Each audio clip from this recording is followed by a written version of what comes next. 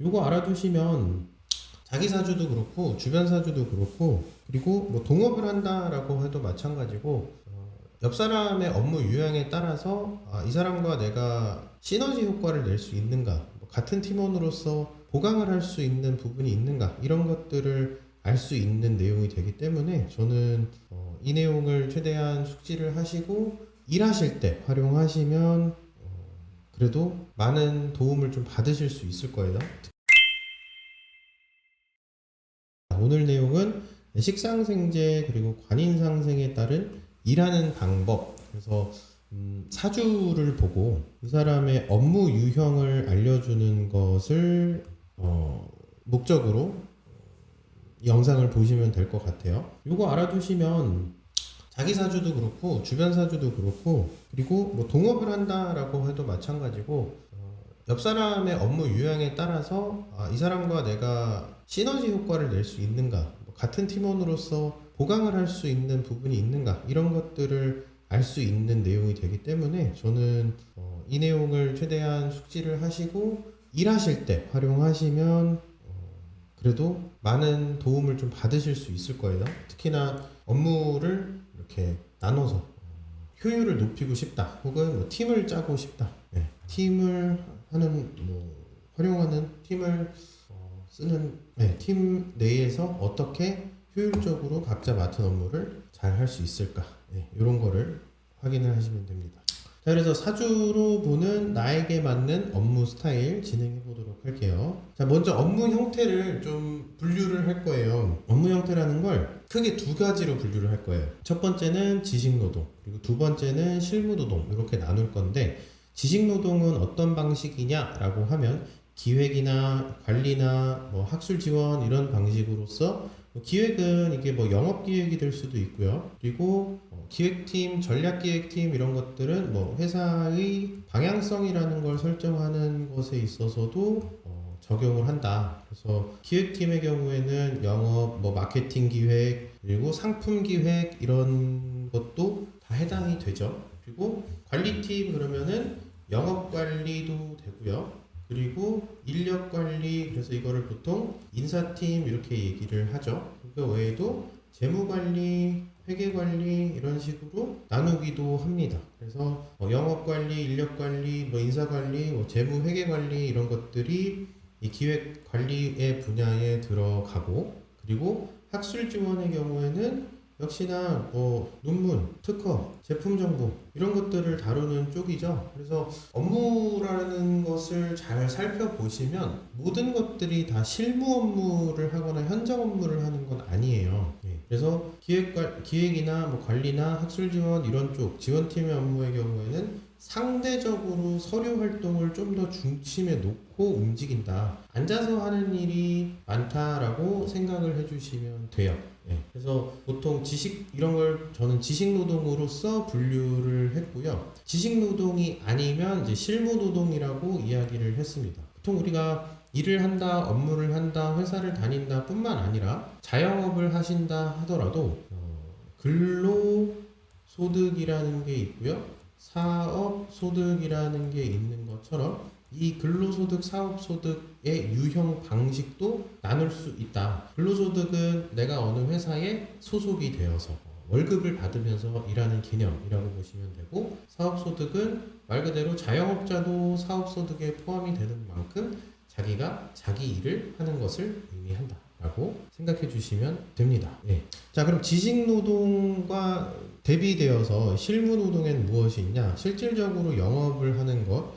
이 영업은 또 나뉘죠. 뭐 국내 영업, 그다음에 온라인 영업, 그다음에 뭐 해외 영업 등등으로 나뉘고, 실질적으로 국내 영업, 온라인 영업, 해외 영업 이런 경우에는 온라인 영업은 이제 우리가 채널이라는 식으로 얘기를 해서 뭐 쿠팡 이런 뭐 G마켓, SSG 이런 잘 알고 계시는 여러 그런 온라인 마켓에 대한 MD 분들을 만나서 우리 제품을 좀 여기에서 팔고 싶습니다 라고 하는 홍보를 의미하고, 국내 영업은 아이템이 뭐냐에 따라 영업을 할 수 있는 지역이나 장소가 다 달라지겠죠. 그래서 국내 영업, 뭐 온라인 영업, 그 외에 해외 영업 쪽은 말 그대로 해외에 판매를 하는 것을 의미한다. 라고 이야기를 할 수 있습니다. 네.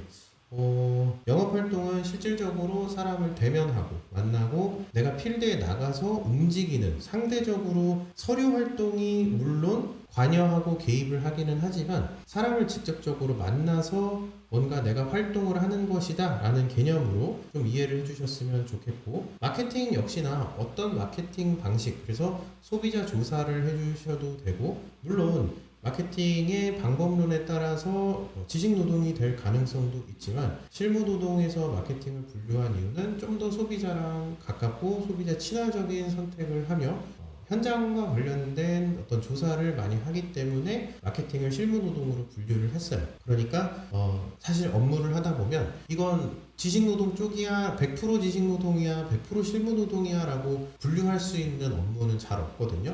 실무노동 반, 지식노동 반 이렇게 들어가 있는데, 자기가 진로를 설정을 할 때 나는 이쪽으로 갈 거야 라고 하는 건 아무래도 성향상 그쪽이 더 잘 맞으니까 그런 선택을 하게 될 확률이 크잖아요. 그래서 지식노동과 실무노동이라고 하는 거를 나누어서 한번 분류를 해봤고요. 그래서 사주에서 업무의 형태를 정의하는 개념은 무엇인가 라고 했을 때 업무의 형태라고 했죠. 그러면 이거를 오행으로는 볼 수가 없어요.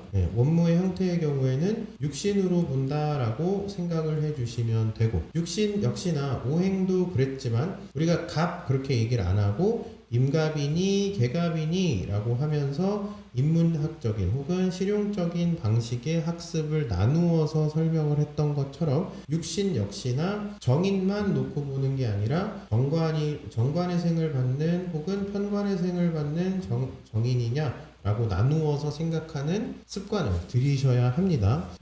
이러한 방식처럼 육신에서도 결국 두 가지 이상의 육신과 엮어서 업무의 형태를 나누기 때문에 사주에서 업무의 형태를 정의하는 개념으로는 관인상생 또는 우리가 살인상생이라고 얘기하는 것도 있죠. 그리고 식상생재라고 해서 식신생재 또는 상관생재를 나누어서 업무의 형태를 분류한다. 그리고 업무의 형태를 알아본다 라고 설명을 드릴 수가 있습니다. 그래서 사주에서 업무의 형태를 정의하는 개념은 두 가지가 존재한다. 관살인상생, 식상생재가 있다 라는 거 알아주시면 될 것 같고요. 그래서 관살인상생이라고 하는 것은 정리하자면 일정한 매뉴얼이 있고 공동이 지향하는 바를 이루면 된다 라고 설명을 드릴 수가 있습니다. 하지만 식상생재의 경우에는 전문성이나 관계성을 활용해서 생산 그리고 서비스 제공 능력을 활용하는 방법론이 된다라고 생각을 할 수 있고, 관살인상생이 그래서 지식노동 쪽에 해당이 된다라고 이야기를 할 수 있고, 식상생재의 경우가